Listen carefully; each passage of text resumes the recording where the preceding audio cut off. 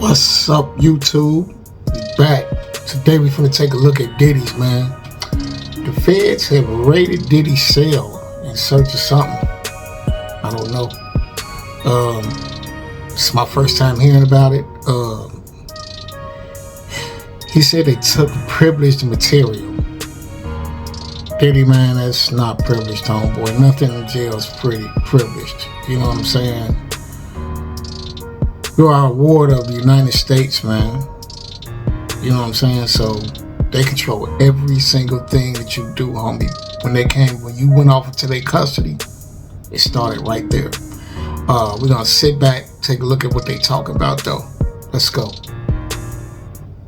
All right, welcome back here to Live Now from Fox. I'm Andy Mack. A new big development around Diddy as we're following this case very closely here on Live Now from Fox as Diddy's lawyers say the feds raided his jail cell and seized a bunch of privileged material. So an interesting one, to say the least, about this. I want to put up some posts here from former federal prosecutor Nima Rahmani about this, saying Diddy's lawyers are claiming that it violates his Fourth Amendment right. However, inmates don't have Fourth Amendment expectation of privacy in prison, so that argument is weak. Guards can search his cell without probable cause or a warrant. So a big development there in terms of this. Privileged material, different. The feds usually have a taint or dirty team of agents who aren't working on the case to conduct these searches. That way, if they see privileged materials, the clean team won't be disqualified from the case. It goes on to say as well, the prosecutors have reason to believe Diddy is obstructing justice from the prison by contacting witnesses through intermediaries. They made the same argument during his bail hearing. I think they have evidence to back it up. All right, as we continue on, witness tampering also falls under the crime fraud exemption to attorney-client privilege. All right, let's bring into the conversation right now Nima Rahmani, former federal prosecutor. Nima, thank you so much for joining us here on Live Now from Fox to discuss a lot of these takeaways. And you detailed it very well there in those series, that thread of posts on social media. What's your biggest takeaway from this search of that jail cell for Diddy? Well, the defense is going on the offense here, and they filed a motion alleging these constitutional violations, Fourth, Fifth, Sixth Amendment violations, and outrageous government conduct. And they're trying to argue, and Judge Subramanian is actually going to hold a hearing on this. He's the presiding judge in the case, whether the government did anything wrong. And of course, prosecutors, on the other hand, are going to go on the offensive themselves. And they're saying that Diddy is trying to obstruct justice, tamper with witnesses, trying to dissuade them either by blackmailing or threatening them or even outright bribing them to change their testimony. This is a case that's going to come down entirely to the testimony of those witnesses and victims. So to the extent that they go sideways or do a 180 or change their stories at trial, that's really the only chance that Diddy's defense team has here. I want to ask you about how the feds go about this, because the searching there of the jail cell for Diddy, they don't necessarily need a warrant. How does that typically happen? So when you're in custody, really your Fourth Amendment privilege goes out the window. Those rights, those constitutional rights to be free from unreasonable searches and seizures, it requires an expectation of privacy. And you just don't have that in prison. So the clearest example I like to give is if you're in custody, your phone calls can and will be recorded. Obviously, you and I, out as free people, we have rights that prevent that from happening. You need a warrant. You need a wiretap for something like that. You don't need that when you're in prison. Same thing with your jail cell. I mean, you can't demand that law enforcement doesn't come in or prison guards don't come in. You can't expect a warrant like you would in your home or your car, for instance. So guards can go in there at any time and toss the place. Now, obviously, what you don't want if you're prosecuting the case is to have your agents see material. They shouldn't have communications with lawyers. That's the most privileged under the law, really the most protected. So what they'll do is they'll send in other agents. The clean team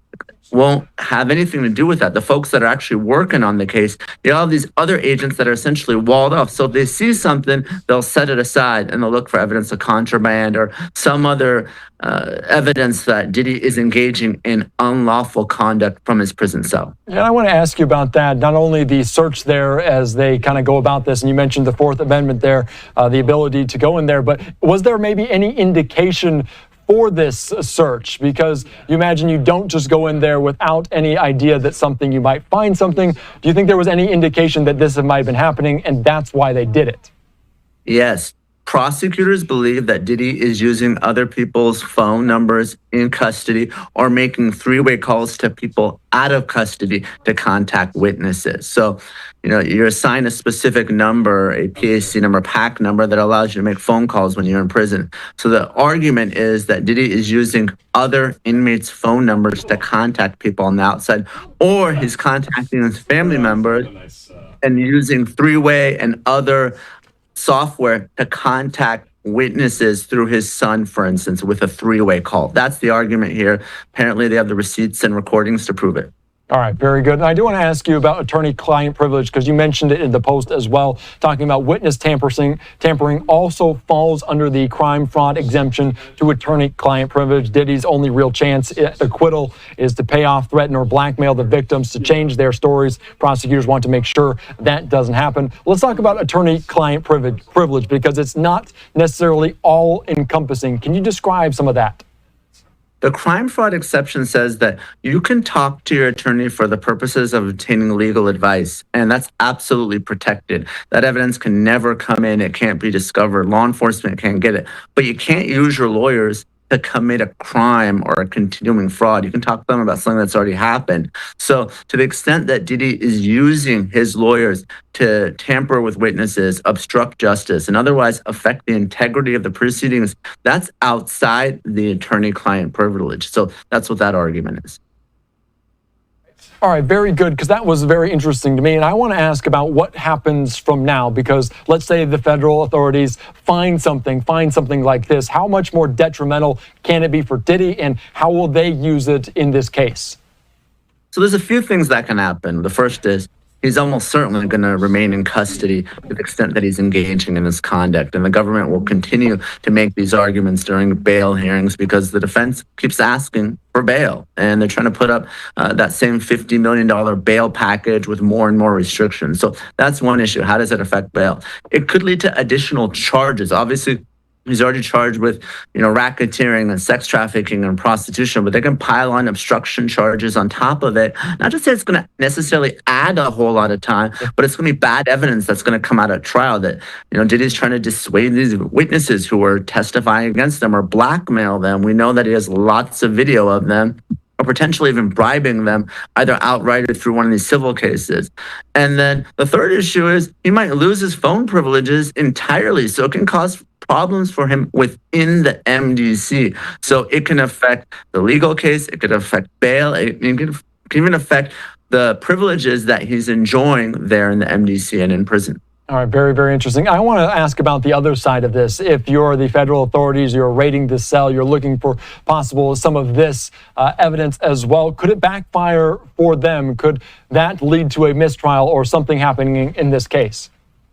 It can always backfire, especially if the agents that are working on the case and the prosecutors do see that privileged material.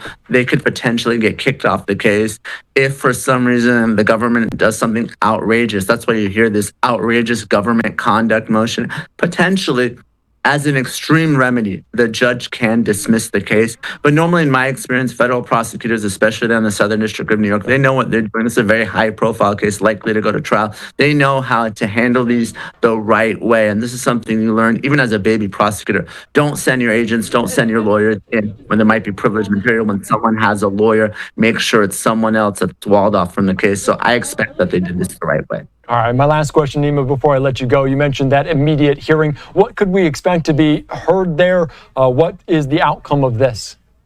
Well, the judge is taking this seriously, and obviously we know that, Diddy's just like any other criminal defendant, but the practical matter is this is one of the highest profile trials, maybe the biggest trial happening in the country right now. It's almost certainly going to go to trial. So the judge is going to make sure that he takes all these allegations seriously. He hears all the evidence and so forth. I expect that defense motion to be denied, but the judge is going to hear it because, again, the allegations are very serious. All right, very serious allegations in this most recent development, but in the case overall. All right, Nima, thank you again. I appreciate your insight as always here on Live Now.